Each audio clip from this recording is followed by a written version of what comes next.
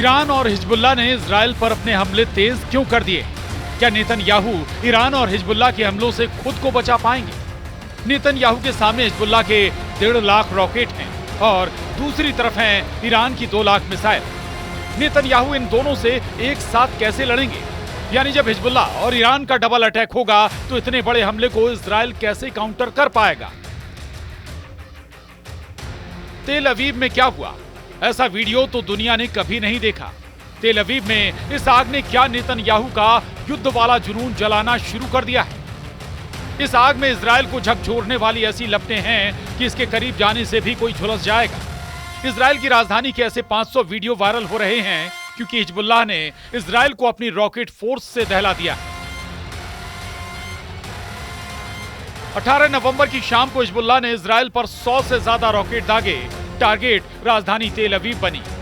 इस हमले में एक महिला की मौत हुई जबकि 56 लोग घायल हुए। इजराइल का दावा है कि बहुत से रॉकेट को एयर डिफेंस सिस्टम से रोक लिया गया, लेकिन ऐसे हमले बता रहे हैं कि बहुत से रॉकेट्स को रोकने में इजराइल नाकाम भी रहा। साफ है कि वॉर रूम में बैठकर प्लान बनाने वाले नेतन्याहू के सामने ऐसा खतरा मंडरा रहा है जिसके बारे में उनका अंदाजा जहां खत्म होता है, ईरान और हिजबुल्लाह ने वहां से आगे सोचना शुरू कर दिया। तेल अवीव पर हुआ हमला बता रहा है कि इजराइल पर होने वाला अगला बड़ा अटैक बहुत बड़े खतरे को समेटे हुए है। בזירה הזאת אני יכול להגיד שזה טיל שפוגע פגיעה ישירה, זה לא מיירד ולא משהו בסגנון, אלא טיל ישיר במשקל רב. הפגיעה שאתם רואים במבנה למעלה זה החלק של המנוע, הפגיעה עצמה פוגעת בקרקע ומדליקה עמוד חשמל, אז זה האש שאתם רואים. מהמקום פה מפונים 6 פצועים בדרגות שונות. सवाल है कि एक तरफ ईरान से अटैक और दूसरी तरफ हिजबुल्लाह का हमला। अगर ऐसा हो गया तो नेतन्याहू क्या करेंगे? दुनिया ने 13 अप्रैल और 1 अक्टूबर को ईरान का मिसाइल और ड्रोन अटैक देखा है और अब तेल अवीव पर हुआ ये रॉकेट अटैक। ऐसे ही और हमले इजराइल पर हुए तो उसे रोकना इजराइल के लिए आसान नहीं होगा। तेल अवीव में हुआ हमला तो बहुत डराने वाला है। इस हमले में एक महिला की मौत और 56 लोग घायल बताए जा रहे हैं, लेकिन जान माल का नुकसान बहुत ज्यादा हो सकता था। इसी को लेकर नेतन्याहू बहुत ज्यादा घबराए हुए हैं। बेरूत को सैकड़ों धमाकों से दहलाने वाले इजराइल की राजधानी पर ऐसा हमला होगा, किसी को उम्मीद नहीं थी। नेतन्याहू बेचैन है कि अब इजराइल को कैसे बचाएंगे, क्योंकि जितनी तबाही इजराइल ने बेरूत में मचाई है उससे 10 गुना गुस्सा अब हिजबुल्लाह दिखा रहा है। नेतन्याहू के सामने अब बड़ा चैलेंज है। चाहे हिजबुल्लाह हो या फिर ईरान, दोनों के हमले रोकने में इजराइल पूरी तरह कामयाब नहीं रहा है। जमीन पर धमाकों से साबित होता है कि अत्याधुनिक एयर डिफेंस सिस्टम आयरन डोम कनस्टर साबित हो रहा है। लेबनान और इजराइल के बीच ताजा हमलों के बाद युद्ध पक्का माना जा रहा है, क्योंकि हिजबुल्लाह के टारगेट पर अब इजराइल के ऐसे मिलिट्री बेस हैं जिसकी नेतन्याहू को उम्मीद भी नहीं थी। अब देखिए हिजबुल्लाह का रॉकेट गोदाम जो हमास के मुकाबले 10 गुना ज्यादा पावरफुल बताया जाता है। हिजबुल्लाह के कत्यूसा रॉकेट की रेंज 25 किलोमीटर तक, ये 10 सेकंड में टारगेट हिट करता है।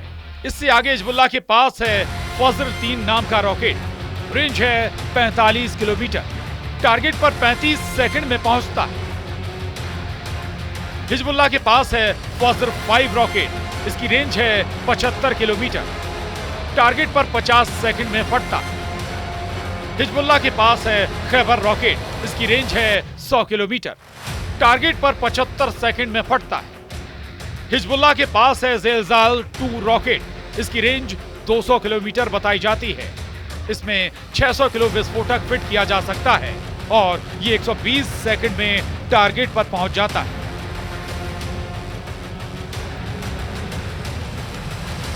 और इस वक्त इजराइल के सामने बड़ा संकट यह है कि उसकी एयर डिफेंस मिसाइल खत्म हो रही हैं।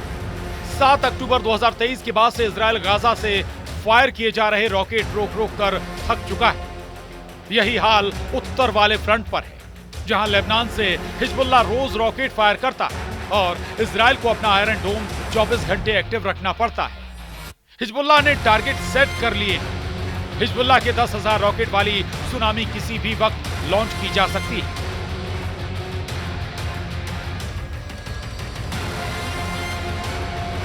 until the immediate threat from Lebanon is removed.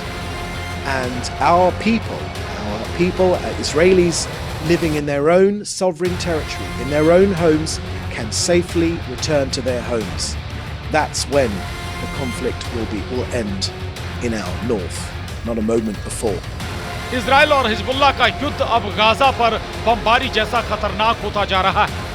एक साल बाद भी इजराइल पर रॉकेटबाजी और लेबनान पर बॉम्बिंग से हालात ऐसे हैं कि शायद कोई दिन गुजरता हो जब दोनों में से एक पक्ष हमला नहीं करता। इस वक्त ईरान और हिजबुल्लाह दोनों के टारगेट पर अब इजराइल के ऐसे मिलिट्री बेस हैं जिसकी नेतन्याहू को उम्मीद ही नहीं थी। नेवातिम और हाइफा में इजराइल के दुश्मन इसका ट्रेलर दिखा चुके हैं और अब तो मिसाइल तेल अवीव पर गिर रही हैं।